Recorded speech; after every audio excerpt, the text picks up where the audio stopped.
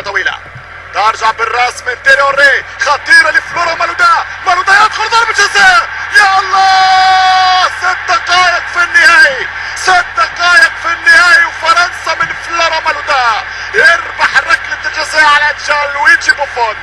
فلورو مالودا ينسل، يندفع، ينقذ جاتوزو ماتيراتسي، والفاول واضح على ماركو ماتيراتسي.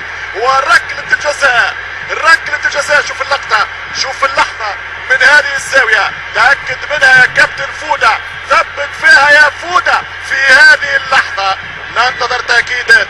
زيزو، زين الدين زيدان، 6 دقائق لعب شوط أول.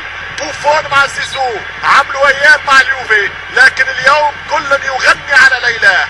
زين الدين زيدان الامبراطور والعنكبوت. بوفون، زيزو، زيدان، والهدف يضيع له. هدف هدف هدف هدف 1-0 للفريق الفرنسي.